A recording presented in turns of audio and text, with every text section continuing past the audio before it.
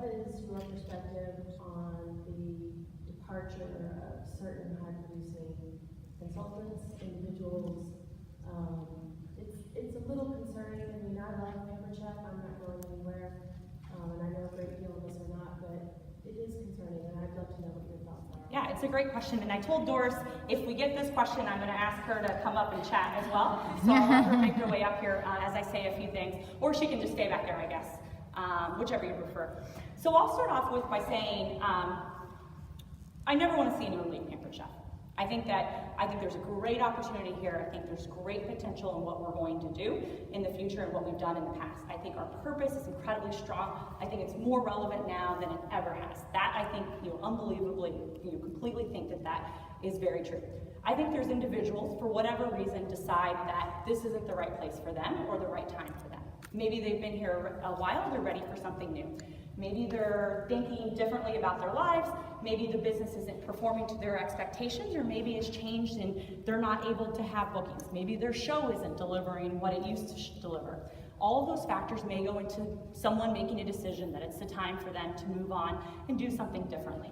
Now, I think that some of those people, they've been ready. They've been ready to move on, they've been ready to start something new for some time.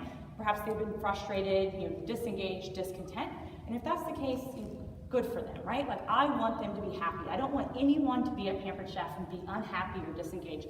Like, that's not healthy for them, that's not healthy for their teams, that's not healthy for all of you, right? Like, no one wants to be in that environment. Now, what I will say is I think that there's other organizations that I very much respect in the direct sales field, that if they go there, I think good for them, that's great.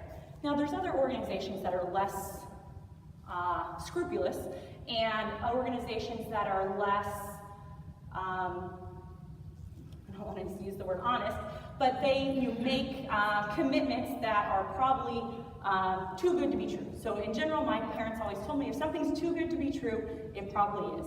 And I think that I definitely have seen that in this space, that there are items, there are companies that are saying things that are probably too good to be true. And I think that it has always existed at Pampered Chef or lots of other businesses that from time to time these situations happen where someone comes along and says, hey, the grass is greener over here. Come over here and let me show you how great it is. And I just don't think that usually turns out to be true. And I think we've seen people who have left in the past who have come back and said to us, wow, I really want to come back, but my pride won't let me. I really want to come back, and they do. There's other people who say, hey, I really thought this was something great and it wasn't what I expected. So I think those are always really tough situations. We never want anyone to get to a point where they feel like they need to go somewhere else or they want to go somewhere else. But what I'm focused on is really making sure we have a great experience for our consultants, a great experience for our customers, delivering that great show, because if we work on all of that, then the rest will go away. The best way to keep people engaged in our business is making our business really great. And that is what I think will be the biggest sort of critical thing for all of us to do. Doris, you want to add anything from your perspective? And if any of you have ever been to Berkshire annual meeting, Warren gives a very wonderful summation of everything, and then he says to Charlie Munger, do you have anything to add? And Charlie says, I have nothing to add. So he did a really, really good job of explaining the position. The only thing that I'll add is, I agree 100% with the fact that, over time, people who are really good in this business decide for whatever reason they're disenchanted, it's not working for them, they think there's a better opportunity somewhere else. The reality is if we probably were able to, chart those, many of those people end up being lost to direct selling totally. Because they go somewhere else, and while the deal might be, the compensation, the plan, whatever might be more lucrative, there's something missing. It doesn't have quite that same thing. I've always said that most of the people who work in our company, they're in love with the product, they're in love with, the company, the mission, the other consultants. I think that often when people move, they move for what is a very reasonable concept in their mind, and they think it's going to be better. And sometimes it is. But many times, the regret regret that I have about it is these are people who are very successful, had really made this a part of their life. And often, when they go somewhere else, it may even work for a little while, but usually they end up leaving direct selling and having a very bad taste in their mouth. And particularly, there is one company out there that I think really doesn't play fair. They're unscrupulous, and I'm not going to name them, so I Don't have to. But I think we've seen it with some of our own people who have made that jump and then are really sad that they've done it. However, if somebody wants to leave, I think we have to respect that, and we're sorry to see people who have had wonderful careers. But I can also tell you, here, go somewhere else, we also have a lot of people who have stayed here for a long, long time. And life is too short, though, to not be happy with what you're doing. I just hope that when people do make that kind of a move, that they are happy. And I feel as though that is not on balance most of the time what happens. So, I think when you have somebody on one of your teams who is saying, gosh, this commission structure looks too good to be true, I just would encourage people to really investigate, just get references, talk to people who are there, who are not going to benefit from your going there, and really be sure, because it is a life-changing move, and I think coming back is really hard. Yes. Not that we say you can't, it's that it's a really hard thing from a pride standpoint, to admit maybe that they made a mistake, and then of course it's what they've built while they're here that does not, just instantly come back to them. So, and the other thing I will say is that some of these companies have been sitting on our shoulder for a long time. And, in a light moment, I would say, well, that's flattering. I know that it doesn't feel that way when somebody on your team, and I think I can understand, it shakes our confidence a bit. It does for us too.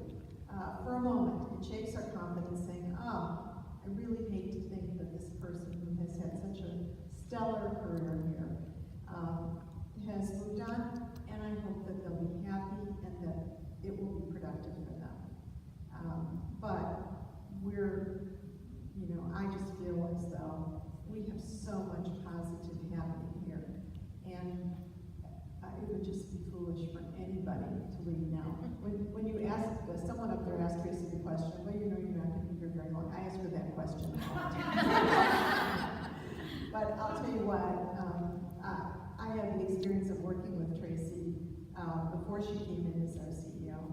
And when we talked about this possibility, I do not think there could have been a better person to come in and take over our business. Amen.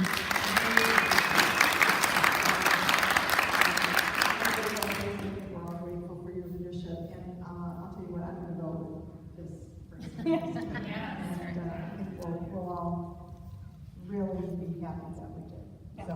And I think Doris, she said something there about ask someone who doesn't benefit from you coming. And I think what I've seen in some organizations, things like titles for life, those are scary. That means, do those people actually earn them? Or how do you know someone's actually working if they have a title for life? A guaranteed, amount of income, salary or otherwise, that doesn't really exist in direct sales. So what's actually coming with that? What are the expectations? I've heard expectations of recruiting 10 people a month. If you recruited 10 people a month in this business, I can guarantee you'll be really successful. So yes, but just do it here. Why go do that somewhere else for some guaranteed? Or I've heard of different things that are very, I've not heard from any other business in direct sales that are members of the DSA or otherwise. So I think that there are some behaviors, and I've read lawsuits from former consultants that said the CEO told me this. I sat in the CEO's office and he committed to do this or do that, and they backed out on those things. So I wouldn't want to be associated with a company that didn't have strong ethics and integrity, and I think Pampered Chef and Berkshire Hathaway both have incredibly strong ethics and integrity. So I hope that everyone realizes how much opportunity there is in this business, because I certainly do, and I don't want anyone to leave now and think in a few years, wow, I wish I wouldn't have done that. But to Doris's point, if someone's going to be happier elsewhere, then by all means, we want them to be happy and doing what's right for themselves personally and their families. So we'll take one more question, just so we don't end on such a low note up here up front. What about the changes, any changes to the trips? Anything, is that going to stay similar to what's been going on? Yeah, so the question was changes to the trips. So incentive trips fall in Carrie Ann's area as well. So she'll be doing a better understanding of incentive trips. What should we be doing? What is actually driving behavior? What should the structure look like? Should we be having shorter trips and more of them? Should we have different locations? Should it be a trip for one, like tastes of travel we used to have? Should it be more international? I mean, I think there's a lot to think about, and there's a lot around how do we motivate people. I think Doris early on told me that what she wanted when she started Pampered Chef with incentive trips was to give people an opportunity to travel, and so it's not the same people every year. And I think that we want to make sure we're bringing in new people and giving them that opportunity, because I think that you can attest when you're on an incentive trip, it's really meaningful and special, and it really makes you committed to your business and your teams too. So I think we want to be able to deliver that. So Carrie Ann, as you can see, has a lot of work ahead of her, but this is one thing to think through. Now that being said, the trip for next year is already, certainly Mexico, but we're already finalizing the trip for the next year. So it won't be, if we're making changes, it'll be a couple, you won't see it in terms of the program for a while, because we have to lock the trip for the next year fairly soon. So that means travel in 18. So yeah, right, travel in 18. So those structures take a long time to change. All right, well, thank you.